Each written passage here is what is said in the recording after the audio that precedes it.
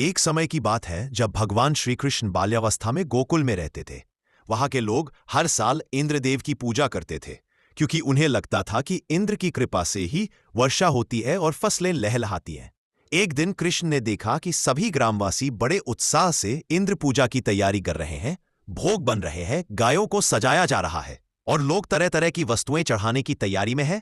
कृष्ण ने माता यशोदा से पूछा, मैया, हम यह पूजा किसके लिए कर रहे हैं? माता बोली, बेटा, यह इंद्रदेव की पूजा है। वही वर्षा करते हैं जिससे हमारी खेती अच्छी होती है।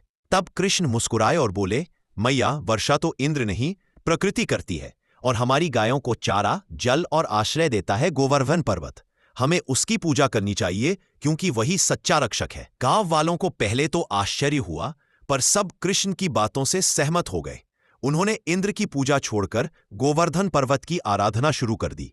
उन्होंने पर्वत के चारों ओर परिक्रमा की, प्रसाद चढ़ाया और नाच गान किया। श्री कृष्ण ने स्वयं अपने स्वरूप से पर्वत को प्रकट होकर दर्शन दिए और सबके भोग स्वीकार किए।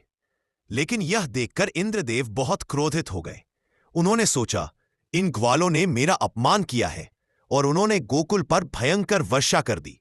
बिजली चमकने लगी, आंधी तूफान चलने लगे, गोकुल डूबने लगा। लोग डरकर श्री कृष्ण के पास पहुंचे। कन्हैया, अब क्या करें? हमारी गाय और घर सब डूब रहे हैं। कृष्ण मुस्कुराए और बोले, डरो मत, मैं हूं ना।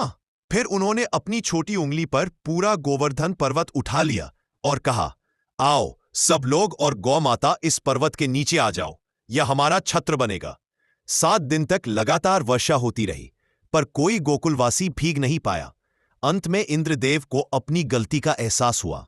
वे श्री कृष्ण के सामने आए, क्षमा मांगी और उन्हें गोविंद नाम से पुकारा, अर्थात गायों के स्वामी और रक्षक। तब से हर साल गोवर्धन पूजा मनाई जाती है, यह याद दिलाने के लिए कि प्रकृति, परिश्रम और भक्ति ही सच्चे देव है और अहंकार से बड़ा कोई शत्रु